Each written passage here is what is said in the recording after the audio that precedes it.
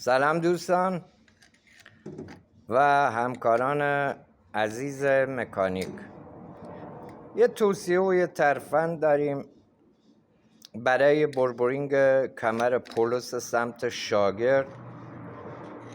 توصیه میشه که یه دونه از این ساعتی ها رو بربرینگ داخلش رو خارج کنید، چون این برای دور بالا و حرارت بالا ساخته شده. شرکت از همه بربرینگی استفاده نمیکنه، از این نوع بربرینگ استفاده میکنه چون خیلی مقاومتش در برابر دور و حرارت خیلی بالاست. از این رو ما هرچی استفاده میکنیم بربرینگ داخل ساعتیه، تضمینی حداقل 2 سال کار میکنه حداقل.